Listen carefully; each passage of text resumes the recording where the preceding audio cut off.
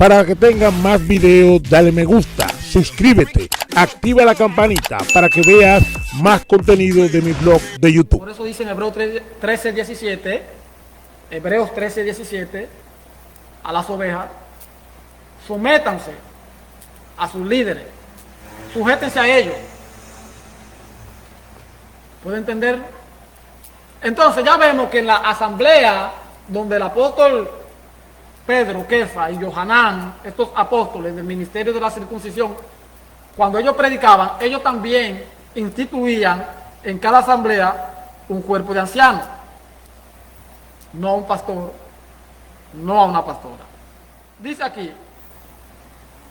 no cabe duda alguna que los ancianos son los obispos, que los ancianos son los pastores, son una misma cosa. Por eso usted ve entonces en los Hechos, capítulo 14, versos 21 al 23, ve que cuando el apóstol Shaul va a predicarle a los gentiles, en cuanto a la carne se refiere, a aquellos que no tenían ley, en Gálatas 2, 7 al 9, Gálatas 2, capítulo, versos 7 y 9, dice el apóstol que aquel que actuó para el apostolado de Pedro fue el mismo que actuó en el apostolado mío, en el que se me ha dado. Por lo tanto, Pedro, Juan y Jacobo y estos demás apóstoles iban a predicarle a los judíos, a los israelitas, y el apóstol Shaul a los gentiles. Fíjese, solamente nos pidieron que nos acordáramos de los pobres, pero ¿con qué mentalidad el apóstol Shaul iba? Con la mentalidad que después de predicarle a estos personajes y se conviertan, él le iba a constituir un pastor o una pastora para que los dirija. Vamos a ver qué es lo que él constituía en cada asamblea. Hechos, que ya lo leímos, pero vamos allá otra vez. Hechos, leímos Hechos capítulo 20 al 28. Pero ahora vamos a leer Hechos capítulo 14, verso 21 al 23. Después del apóstol anunciar la buena noticia en Derbe, donde ganaron muchos creyentes, volvieron a Listra, a Iconio y a Antioquía. En estos lugares animaron a los creyentes y les recomendaban que siguieran firmes en la fe. Le dijeron que para entrar en el reino del Creador hay que sufrir muchas aflicciones. No es prosperidad, no es grandes abundancia, no es que aquí usted va a ser cabeza. No, nos espera un largo camino, aflicciones, tribulaciones por parte del enemigo. Pero ellos le nombraron ancianos en cada iglesia. Fíjese cómo dice. Ellos, Pablo y Bernabé, le constituían un cuerpo de ancianos en cada asamblea. Y después de orar y ayunar, los encomendaron al Mesías en quien habían creído. Esto fue lo que el apóstol constituyó. Pero no fue un mandamiento que salió del apóstol Shaul, sino que fue el Espíritu del Creador que le dio la orden. Hechos, capítulo 20, verso 28. Allí usted verá cómo dice que el Espíritu del Creador ha puesto a estos ancianos como pastores, o ha puesto a estos pastores como ancianos u obispos. Cabe ahora hacer una pregunta. ¿Cuántos ancianos, porque esta es otra pregunta que se hace, cuántos ancianos u obispos deben de haber por asamblea? Usted puede decir, bueno, solamente 2 o solamente 3. La Escritura no especifica qué cantidad de ancianos debe haber por asamblea, porque en el verso 1 de 1 Timoteo capítulo 3, la palabra dice, pues todo lo que deseen aspirar al obispado, buena obra desea. Todo el que desee. todo. No hay un límite. Como si vemos un límite con los diáconos, que solamente los apóstoles escogieron a 7 personas para este trabajo. Y también le dieron requisitos. 1 Timoteo, capítulo 3, del 8 en adelante. Ahí puede haber diáconos y diáconas. Y muchas personas confunden esto, que con esta cita bíblica entonces quieren dar a demostrar que como la mujer puede ser diácona, entonces sí puede ser pastora. Negativo.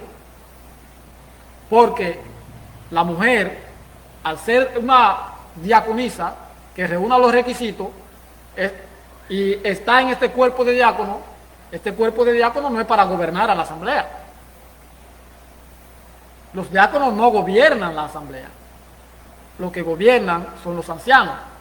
Y en los requisitos para ancianos no vemos que esto sea para las mujeres.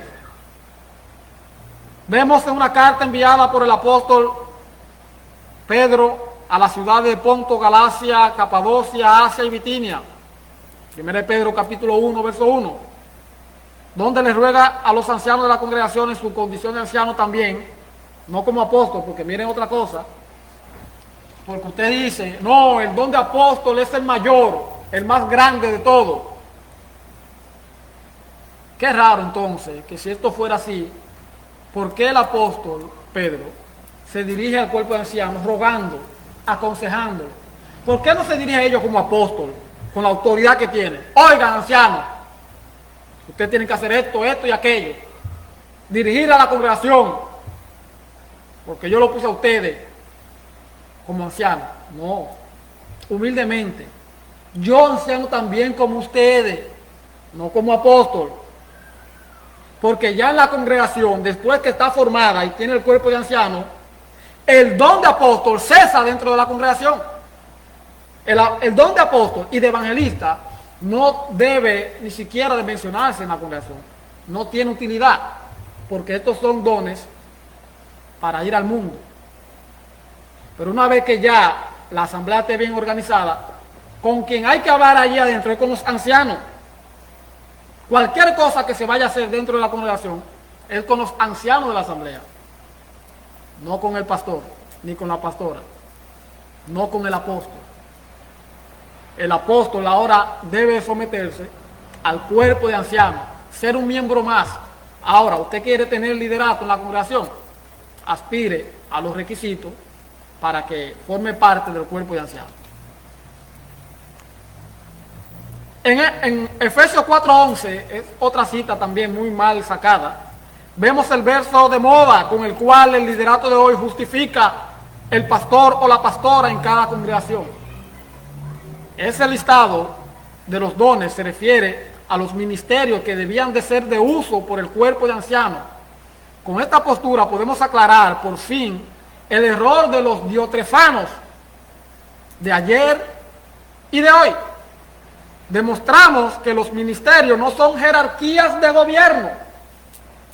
Porque usted tenga el don de maestro, o el don de evangelista, o cualquier don que fuere, eso no le da derecho a usted de querer gobernar en la congregación. No.